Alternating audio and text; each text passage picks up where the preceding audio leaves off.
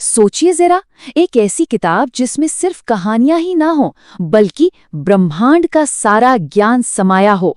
आज हम एक ऐसे ही अद्भुत ग्रंथ अग्नि पुराण की दुनिया में उतरने वाले हैं, जो वाकई ज्ञान का एक बहुत बड़ा सागर है।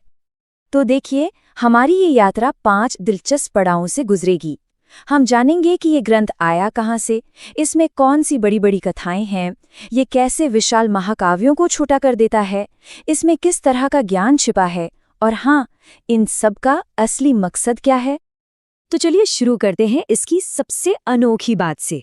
ये कोई ऐसी वैसी किताब नहीं है जिसे किसी इंसान ने लिखा हो, नहीं, बल्कि इसकी कहानी तो सीधे एक देवता की जुबानी है। तो ये है अग्नि पुराण। ये सिर्फ एक किताब नहीं, बल्कि ये हिंदू धर्म के जो 18 महापुराण हैं, उस विशाल खजाने का एक बहुत ही अहम हिस्सा है। लेकिन पता है, जो बात इसे सबसे खास बनाती है वो है इसका अंदाज। ये कोई लेक्चर या उपदेश नहीं है, बल्कि दो महान हस्तियों के बीच की एक गहरी ज्ञान से भरी बातचीत है। और ये बातचीत हो रही है स्वयं अग्निदेव और महान ऋषि वशिष्ठ के बीच। जरा सोचकर देखिए, अग्नि के देवता खुद ज्ञान दे रहे हैं और एक महान ऋषि उसे सुन रहे हैं। बस यही दिव्य संवाद इस पूरे पुराण की नींव है। अच्छा, अब आते हैं इसके एक और बड़े मजेदार हिस्से पर।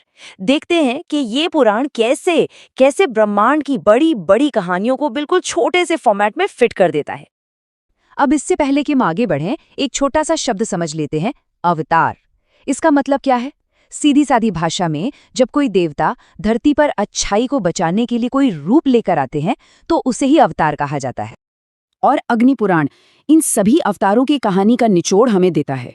चाहे वो मछली बनकर दुनिया को बचाने वाले मत्स्य हों, या कछुआ बनकर समुद्र मंथन में मदद करने वाले कूर्म, फिर वराह, नरसिंह, वामन, परशुराम, हर किसी की कहानी यहाँ मौजूद है, वो भी एकदम शॉर्ट एंड स्वीट तरीके से।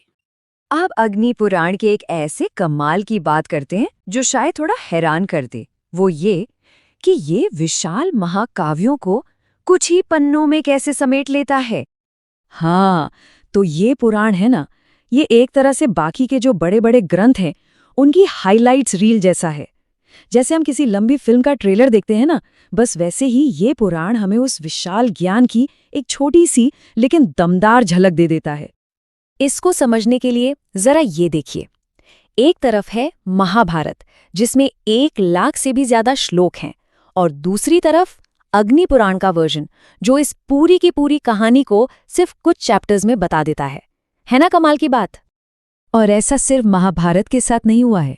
जो दूसरा महान महाकाव्य है रामायण, उसकी भी पूरी कहानी, भगवान राम के जन्म से लेकर रावण पर उनकी जीत तक, सब कुछ बिल्कुल संक्षेप में यहाँ मिल जाता है।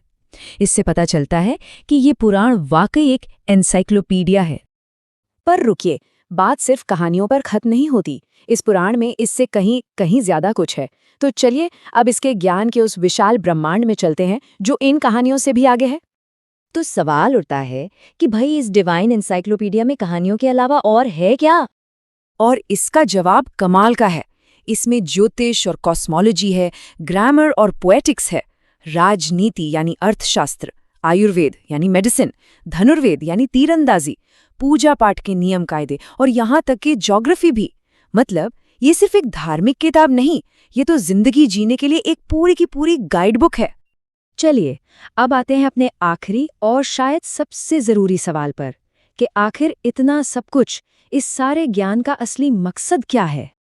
और इसका जवाब हमें कहीं और नहीं बल्कि ग्रंथ के पहले ही चैप्टर में मिलता है, जहां कहा गया है कि ये पुराण इसे पढ़ने और सुनने वालों को भोग यानी संसारिक सुख और मोक्ष यानी जन्म मरण के चक्र से मुक्ति दोनों का रास्ता दिखाता है।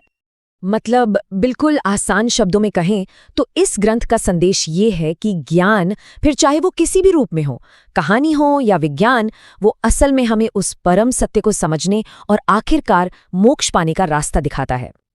और यहीं पर ये ग्रंथ हमें एक बड़े सवाल के साथ छोड़ जाता है। सोचिए, अगर आज के समय में कोई एक ऐसी किताब हो जिसमें दुनिया का सारा जरूरी ज्ञान हो, तो वो हमें अपनी दुनिया के बारे में क्या सिखाएगी? शायद यही अग्नि पुराण का असली सार है। ज्ञान की एक ऐसी रोशनी जो कभी नहीं बुझती।